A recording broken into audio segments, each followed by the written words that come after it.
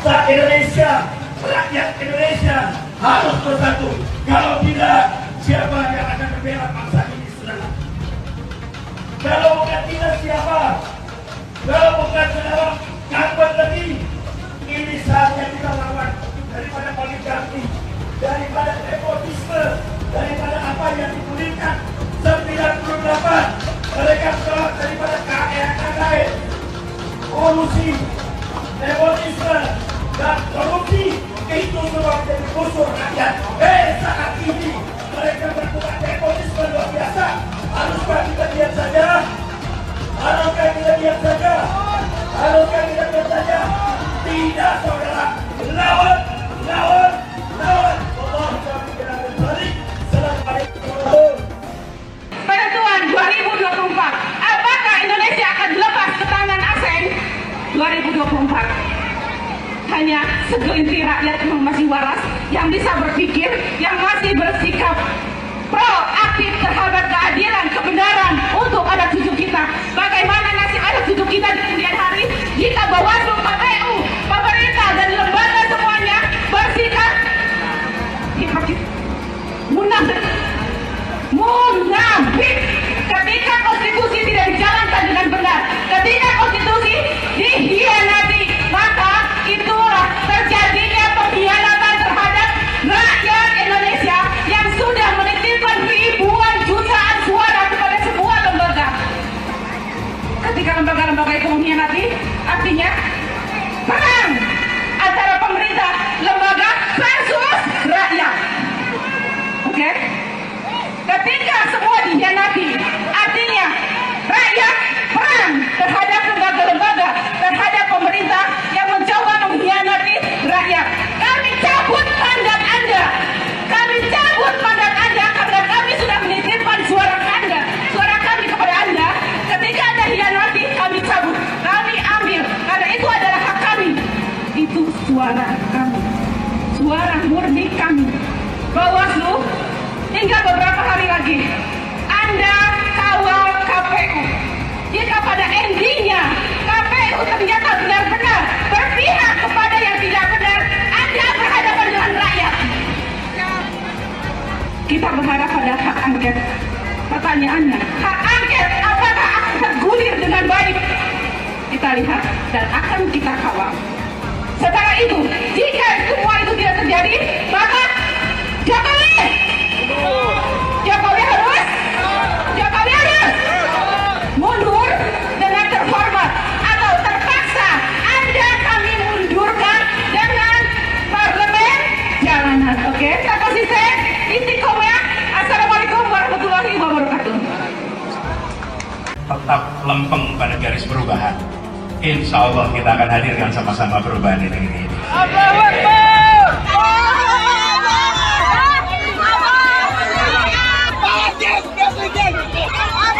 Pilpres sudah sebulan lalu dan Pak Anies masih menyindir Pak Prabowo, tapi itu haknya Pak Anies. Saya hanya ingin menambahkan informasi. Pertama, di era demokrasi Pak Prabowo pernah merasakan menjadi oposisi selama 10 tahun, sedangkan Pak Anies belum pernah menjadi oposisi. Kedua, salah satu prestasi Pak Prabowo saat menjadi oposisi adalah memberikan rekomendasi mendukung membiayai ribuan orang untuk menjadi kepala daerah, termasuk salah satunya adalah Pak Anies Baswedan, sehingga beliau bisa menjadi gubernur DKI Jakarta. Jadi jauh lebih dulu Pak Anies menjadi pejabat pemerintahan ketimbang Pak Prabowo. Pak Anies jadi menteri selama 2 tahun, jadi gubernur selama 5 tahun. Semua jabatan itu dinikmatinya di era demokrasi, di zaman Pak Jokowi. Bahkan saat Pak Anies sudah jadi menteri, jadi gubernur, Pak Prabowo masih menjadi oposisi. Makanya aneh, orang yang lebih banyak menikmati kerja-kerja kader partai belum pernah menjadi oposisi, tetapi menilai kinerja orang lain soal oposisi. Pak Prabowo bukan tidak tahan jadi oposisi, tetapi Pak Prabowo dan Pak Jokowi ingin menjaga keutuhan NKRI. Saya heran juga mengapa Pak Anies tidak suka dengan rekonsiliasi atau kembalinya hubungan baik antara Pak Jokowi dan Pak Prabowo. Terima kasih. Jadi Bapak Ibu sekalian, ayolah kita sama-sama, kita kompak, Pilpres sudah selesai, jangan lagi ada nomor-nomor sana nomor situ. Itu kan presiden ya sudah terpilih presiden sekarang, ya kita bantu presiden terpilih untuk kita maju ke depan. pelindungin ini. Jangan nanti pemerintahan yang akan datang ada oknum-oknum di sana lagi pengen tidak terjadi, karena orang suka kekacauan itu di mana dia bisa hidup di sana. Kita jangan. Kita harus bikin negeri kita yang tertib. Merasa aneh kalau misalnya ada calon yang kebetulan tahu bagaimana mekanisme quick count itu dilakukan. Mas Anies Baswedan itu mantan bos saya di lembaga survei. Jadi dia tahu betul bagaimana quick count itu dilakukan, bagaimana survei itu dilakukan. Dia itu dulu direktur riset lembaga survei Indonesia. So he was my boss. Dan dia tahu betul bagaimana mekanisme quick count itu secara saintifik dijalankan. Jadi sebenarnya saya yakin beliau sadar dan memahami bahwa memang the game is over. Tapi mungkin karena beliau pengen menyantuni perasaan dari para pendukungnya di depan publik, dia belum mengatakan kalah. Kalau kalian salah, harus berani bertanggung jawab. Jangan seperti amoeba. Iya, amoeba itu kan suka membelah diri. Oh iya, itulah maksudnya membela diri. Kalau dia tidak memiliki kedewasaan untuk berdemokrasi itu, maka nggak ada batasnya dalam berbeda. Coba pertandingan sepak bola, maka 90 menit selesai minta diperpanjang terus. Tambah 45 menit, tambah 40 menit, tambah 40 menit. Kenapa? Yang penting saya menang gitu. Kita juga tidak boleh mengasumsikan semuanya sempurna. Kita harus akui. Shalom dari Tanah Perjanjian, Pak Prabowo, kami rakyat Indonesia mempunyai harapan besar bahwa Pak Prabowo bisa membawa Indonesia menjadi negara yang lebih moderat, tidak lagi menjadi negara ultra kanan, dapat lebih memanusiakan lagi bangsa Yahudi dan ke depan bisa mempunyai kerjasama dengan Israel. Perempuan-perempuan Sobat Anies mengharapkan agar terjadi pemilu dengan jujur, adil, langsung, umum, bebas, dan rahasia. Dan mengharapkan segenap aparat untuk mengkondisikan pemilu 2024 dengan baik. Jangan pernah memicu kemarahan rakyat. Jangan salahkan rakyat. Curang, bang! Curang, bang! Curang, bang! Takbir! Allahu Akbar! Kita tetap berjuang sampai titik darah kita. Jangan kira kalau ini adalah kemenangan dan kemenangan. Enggak, kita nggak akan terima. Rezimnya biadab, rezimnya nggak cinta rakyat, rezimnya jahat, pengkhianat rakyat. Demi Allah, demi Rasulullah, aku nggak ridho. Ya Allah, tunjukkan kebesaran-Mu, ya Allah, kumpai aku. Anda berjuang dari 2014, tunjukkan kebesaran-Mu, ya Allah. Kalau emang dia punya kuasa, pasti menang, kumpai aku. Pelaku kejahatan HAM diberikan gelar oleh Presiden terhormat kita Bapak Joko Widodo dengan gelar Jenderal Bintang 4. Maka hari ini saya Noviana akan juga memberikan gelar kehormatan kepada seorang Joko Widodo, yaitu gelarnya sebagai Bapak Pengkhianat Bangsa dan Bapak Perusak Reformasi. Luar biasa dan luar biadabnya Jokowi. Seekor anjing pun, ya, dia akan sadar, dia tahu yang namanya balas budi. Saya akan siap melawan rezim Jokowi dan bangkitnya Orde Baru di negeri ini. Lalu, teman-teman di sini apakah hanya diam dan diam melihat ketidakadilan yang ada di negeri kita? Kita adalah orang-orang yang dulunya mendukung Jokowi. Jadi kita jugalah yang harus bertanggung jawab untuk melawan rezim Jokowi. Selama ini kita pikir seorang Jokowi itu orang yang baik. Ternyata dia adalah iblis berkedok manusia. Ya, Jokowi adalah iblis berkedok manusia. Mohon terhormat atau rakyat memilih.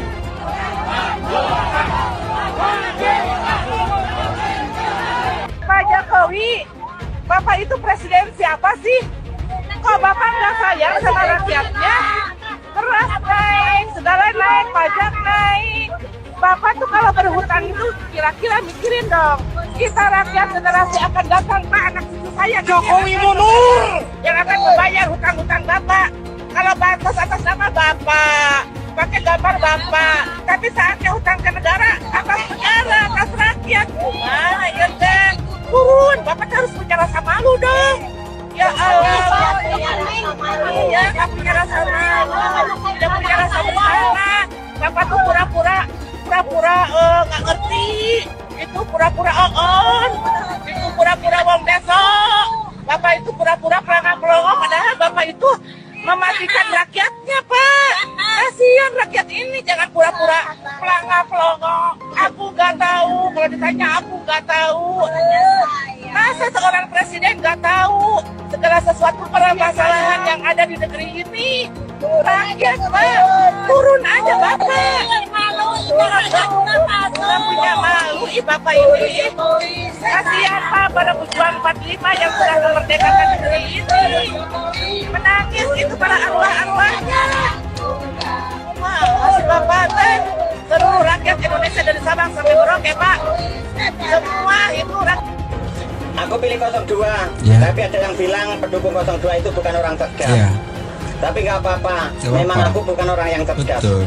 Tapi setidaknya aku bukan orang jahat dan yang paling penting hati ini masih Setuju, waras. Bang. Setuju, Bang. Karena percuma juga cerdas, tapi Betul. kelakuan seperti orang yang tidak Setuju, Bang. waras. Setuju.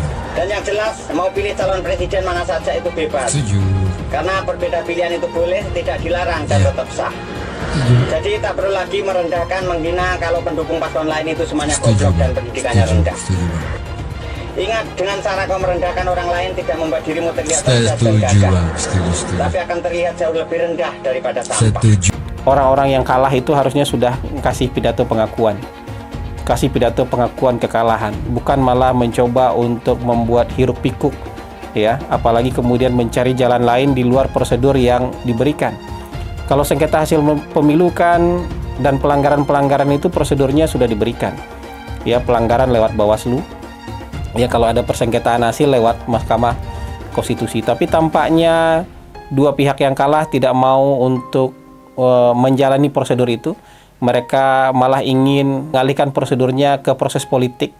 Kalau ke proses politik itu sebenarnya bukan pemilunya yang memenangkan Prabowo Gibran yang akan mereka utak-utik. Ya, yang akan mereka utak-utik adalah pemerintahannya Pak Jokowi. Jadi kalau bisa Pak Jokowi tetap berusaha untuk dimakzulkan, berusaha untuk diturunkan, ya, karena ada hak angket yang ingin mereka coba. Walaupun menurut saya hari ini itu sama sekali tidak mendapatkan dukungan dari masyarakat. Karena masyarakat akan mengait-ngaitkannya dengan kekalahan pemilu. Ini karena kalah pemilu aja bikin angket nih. Coba menang pemilu, tentu mereka nggak akan bikin angket. Kami sudah muak dengan pemilu curang.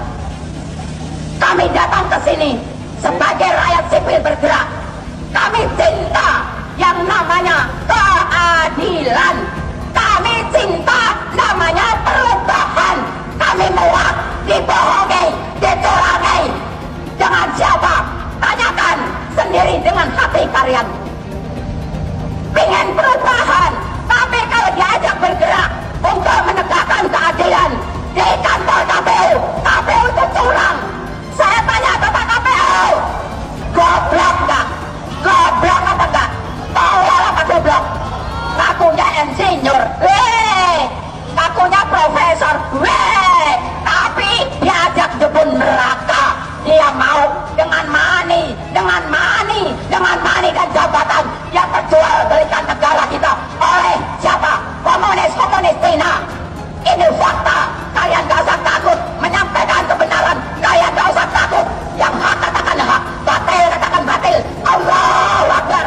Allahu Akbar. Tapi kan itu quick count, belum real count. Ya, nggak apa-apa. Kalau tidak percaya dengan sampel, jangan periksa darah lagi di lab. Karena laboratorium itu kalau periksa hanya satu tetes darah.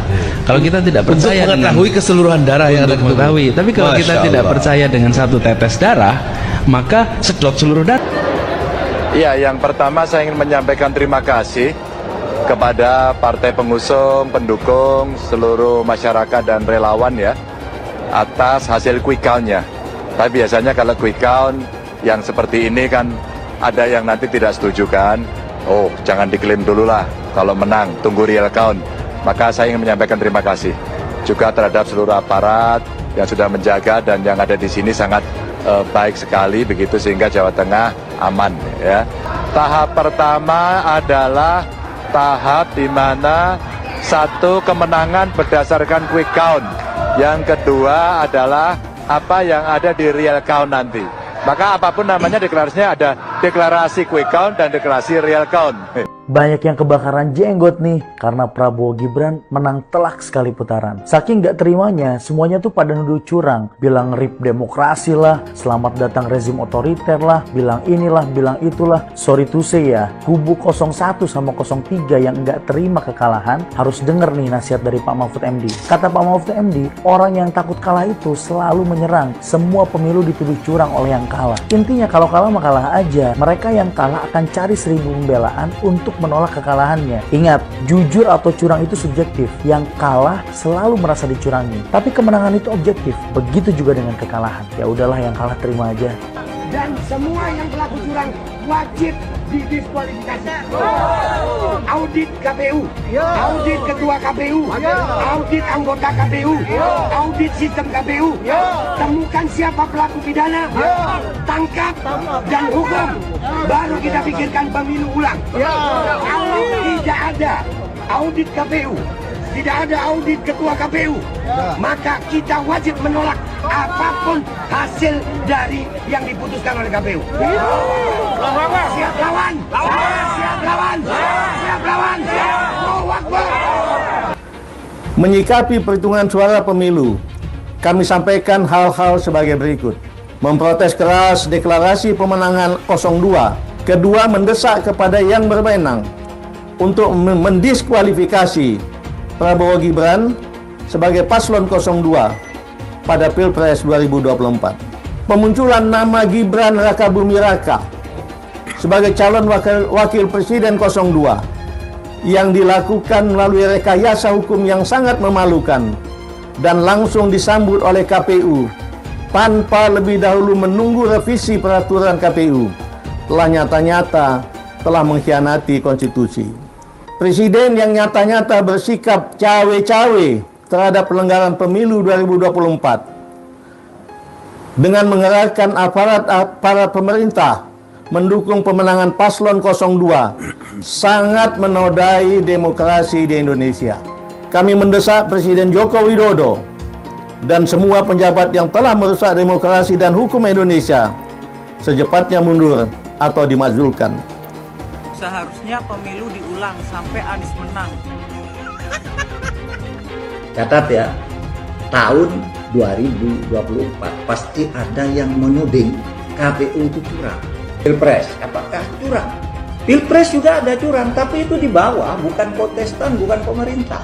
Di bawah, dan sama-sama curang. Oleh sebab itu di Pilpres itu, kalau kecurangannya tidak signifikan, curang 10.000 suara. Terbukti, yang satunya curang juga 5.000 suara. Apakah pemilu batal? Nggak bisa, kalau nunggu pemilu bersih, pemilu nggak akan selesai. Oleh sebab itu yang curang-curang itu diselesaikan melalui hukum pidana. Curang, bawa ke pengadilan, terbukti 500.000 dia curang, tetap menang dia. Karena 500.000 ini kalau diberikan ke saya, tetap kalah 4 juta. Tapi apakah yang curang 500.000 itu dibiarkan? Tidak. Itu ke pengadilan pidana. Teman-teman, saya harus bilang bahwa orang-orang yang semakin panik dengan tingginya approval rate atau tingkat kepuasan publik terhadap Pak Jokowi, semakin hari semakin biadab. Di jagat dunia maya, ramai mereka sebut Pak Jokowi sebagai pengkhianat, pembohong, dan lain-lain. Ramainya upaya pembusukan kepada Pak Jokowi yang saya duga adalah sebagai upaya elektoral untuk menghentikan fenomena tingginya approval rate Pak Jokowi. Dinyinyirin seolah Pak Jokowi membagikan bansos untuk meningkatkan tingkat kepuasan masyarakat. Padahal saat menyusun program bansos, setidaknya 8 kementerian itu dilibatkan. Bahkan kebutuhan akan bansos ini dikaji secara teknokratik oleh Bappenas, dianalisis perspektif keuangannya oleh Kementerian Keuangan, lalu disetujui oleh DPR RI yang lintas fraksi. Saat itu nggak diributin, bahkan disetujuin. Lalu kenapa sekarang diributin? Ya program bansosnya diributin, ya Pak Jokowi yang bagiin langsung bansosnya juga diributin. Ya karena yang ributin ini dulu belum merasakan dampak elektoral dari pecah kongsi dengan Presiden Jokowi. Ketika dampak tersebut udah dirasain, mereka sibuk menyerang Pak Jokowi dengan membabi buta. Jangan hanya karena adanya korelasi negatif antara kepuasan rakyat terhadap kinerja Pak Jokowi dan elektabilitas si Copras-Capres, maka terkesan takut kalau Pak Jokowi dicintai rakyat. Bahkan mereka nggak ada yang bisa buktiin semua tuduhan yang mereka tembakin ke Pak Jokowi. Justru dari kubu mereka lah yang pernah terbukti melakukan kecurangan. Saya mensyukuri kenapa kalah, kenapa ditahan. Saya bersyukur atas itu semua. Saya coba bayangkan ya, kalau seandainya waktu itu kita menang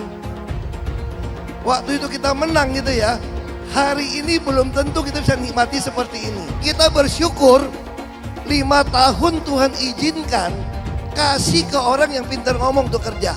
Coba kalau kita bayangkan gitu ya, kalau kemarin saya masih jadi gubernur, ini saya udah turun ini. Tapi yang pintar ngomong itu dikira orang hebat kan? Ini lebih berbahaya tahun 2024, langsung ketahuan karakternya. Langsung ketahuan itu. Di saya juga ada kutipan Pak di kamar saya Pak. Tulisannya, Jakarta telah mengambil keputusan yang fatal. Jangan hanya konsentrasi pada pembangunan benda-benda mati yang indah difoto dan bisa ditunjukkan dalam 5 tahun hasilnya. Kalau kita mau menilai sebuah janji, maka lihat janjinya atau lihat kenyataannya. Dulu janjinya apa ya? Dan ini aneh, betul-betul aneh.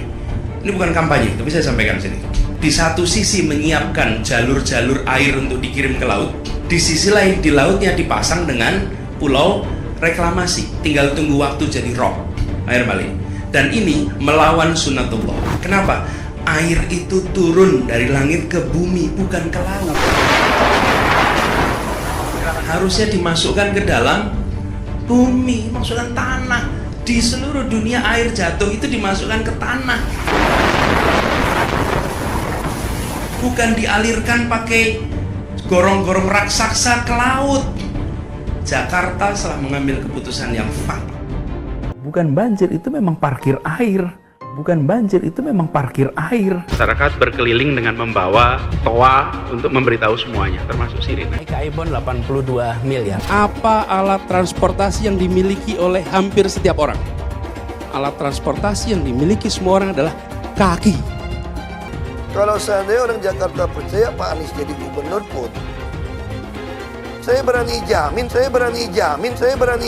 kok dia akan lakukan normalisasi yang sama seperti saya lakukan kok. Gak usah bohong lah. Ketika air sampai di muara, maka siap untuk dipompa ke laut.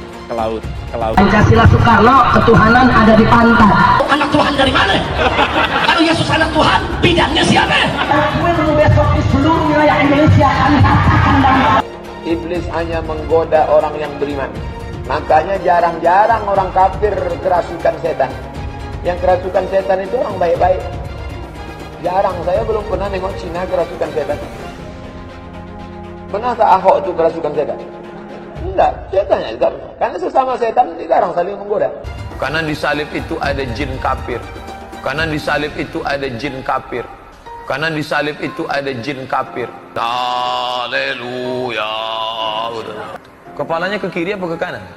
Kepalanya ke kiri apa ke kanan? Tetap percaya salib itu lambang mulia, bukan jin. Kok ketawa? Aku nggak nyindir siapa-siapa loh. Anies merupakan antitesis daripada Pak Jokowi. Antitesis artinya bertolak belakang dengan Jokowi. Anies sudah menyatakan tidak akan melanjutkan semua program dari Pak Jokowi. Jadi semua pembangunan yang dilakukan oleh Pak Jokowi akan dihentikan oleh Anies jika Anies menjadi presiden. Lagi pula Anies didukung oleh khilafah dan pendukung Anies adalah ormas seperti FPI dan HTI. Apa kita mau FPI dan HTI kembali di Indonesia jika Anies memimpin? Anies juga dikenal sebagai bapak politik identitas yang menghalalkan segala cara untuk menggapai kekuasaannya, termasuk menggunakan politik identitas berbasis agama. Lihatlah di kasus Ahok waktu itu. Kita sudah bisa melihat hasil kerja Anies selama 5 tahun di Jakarta. Tidak ada satupun janji yang dipenuhi dan tidak ada kinerja yang bisa dibanggakan. Dari DP 0%, OKOC, kelebihan bayar, Formula E, banjir, sumber resapan, jalan rusak, dan gonta-ganti nama jalan. Lihatlah rekam jejak Anies selama 5 tahun. Bayangkan Indonesia ke depan jika dipimpin oleh Anies. Dan bayangkan jika Anies menang. HTI dan FPI, Ormas Khilafah yang dibubarkan itu akan dikembalikan oleh Anies. Apakah kita mau Pancasila diganti jadi khilafah? Perkataan Ahok sudah terbukti dan Jakarta sudah menjadi korban.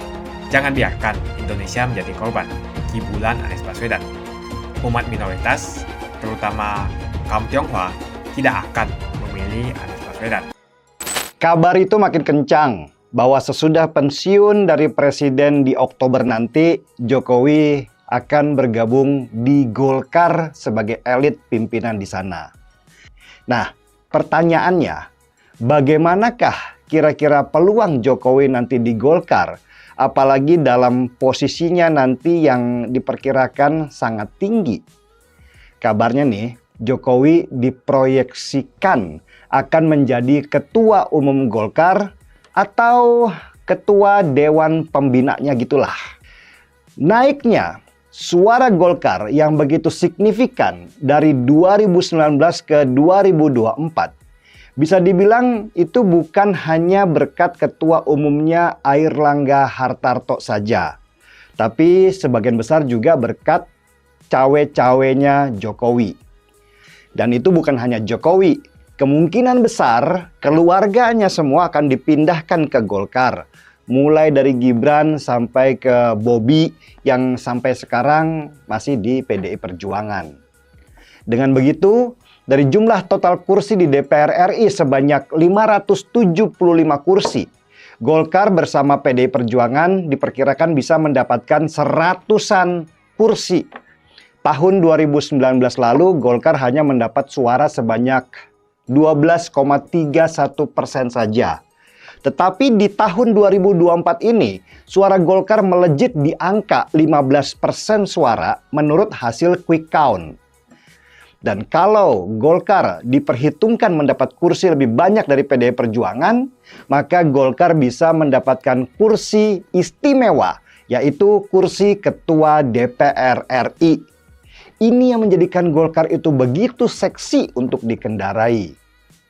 Posisi Airlangga yang menjadi Menko Perekonomian yang juga punya kuasa terhadap pembagian bansos bisa jadi menjadi penentu naiknya suara Golkar sedemikian tingginya hingga mereka berpotensi mengalahkan jumlah suara kursi PDI Perjuangan di DPR RI.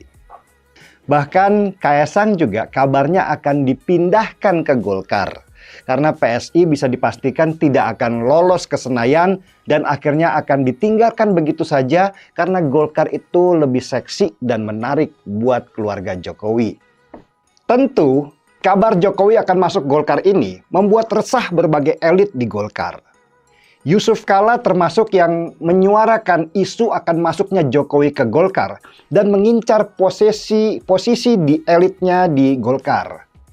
Kata JK, ya boleh aja, siapapun boleh masuk Golkar.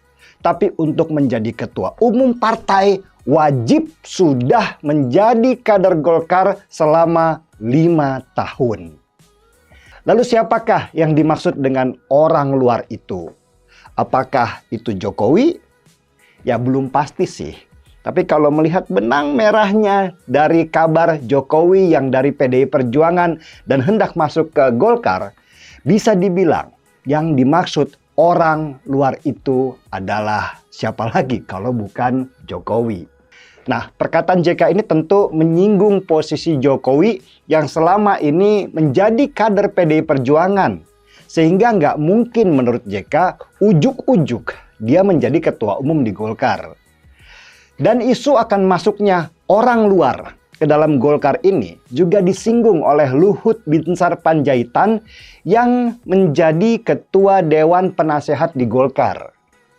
LBP bilang, Golkar jangan diatur-atur sama orang luar. Dan ucapan LBP ini senada dengan ucapan Abu Rizal Bakri dan Airlangga Hartarto yang ingin kader Golkar kompak dan tidak terpecah.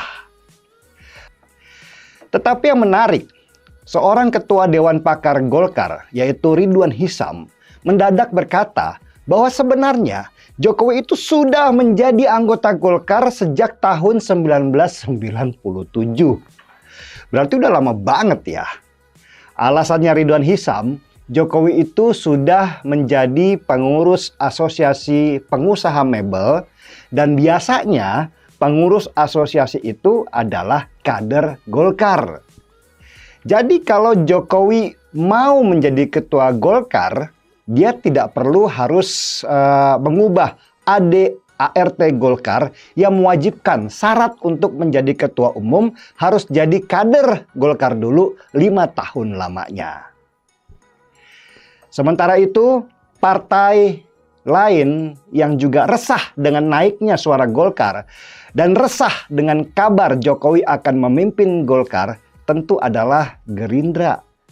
Meskipun Prabowo punya potensi menjadi presiden, tetapi nanti segala kebijakannya sudah pasti akan dikontrol oleh parlemen yang kemungkinan besar ketua DPR-nya adalah dari Golkar. Dulu Anies bisa menang karena menggunakan agama dan etnis. Isu agama, ras, dan antar golongan dinikmati oleh relawan Anies. Saat itu Anies didukung oleh FPI, HTI, dan pengasong khilafah lainnya. Pada akhirnya Ahok harus kalah, namun kekalahan dia adalah kekalahan yang membuka mata rakyat Indonesia bahwa masih ada orang-orang yang menang dengan cara menggunakan politisasi agama atau politik identitas berbasis agama. Ternyata banyak sekali orang yang dengan mudah terhasut lewat jalan-jalan seperti itu. Relawan Anies terutama dari FPI, HTI, PA212 seperti Bahar Smith dan Rizik Syihab selalu menghujat Cina, etnis Cina. Tapi saat ini negara Cina sudah menjadi nomor 1 di dunia.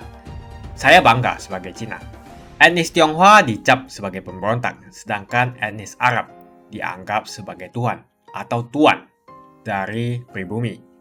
Etnis Arab dipuja-puja dan dianggap sebagai dewa.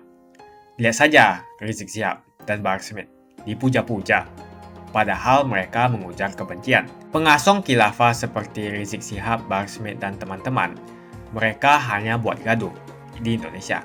Sedangkan negara yang mereka sanjung-sanjung itu, Arab Yaman, masih belum maju dan masih terbelakang. Saya percaya Indonesia dengan mayoritas pribumi juga akan menjadi negara maju. Seharusnya Arab Yaman belajar dari negeri Cina. Seperti kata kitab suci, belajarlah sampai ke negeri Cina. Anies dan juga pendukung Anies seperti Rizik Syihab, Bahar Smith, dan kelompok-kelompok HTI dan FPI harus belajar ke negeri Cina supaya tidak lagi melakukan kelebihan bayar. Yang jelas saya memilih pribumi, bukan yang dari Yaman. Ganjar jelas pribumi, nasionalis, dan pasti akan melanjutkan visi dan misi dari Pak Jokowi. Suara Ahok merepresentasi warga minoritas, dan etnis Tionghoa mendukung Ganjar Pranowo. Ahok pasti akan mendukung Ganjar, karena Ahok anti radikalisme. Ahok yang jelas tidak akan mendukung Anies Baswedan, karena Anies Baswedan didukung oleh kelompok khilafah, HTI, dan FPI. Ormas terlarang itu. Anies merupakan antitesis daripada Pak Jokowi dan diragukan kenasionalisannya, apalagi pribumiannya. Antitesis artinya bertolak belakang dengan Jokowi. Anies sudah menyatakan tidak akan melanjutkan semua program dari Pak Jokowi.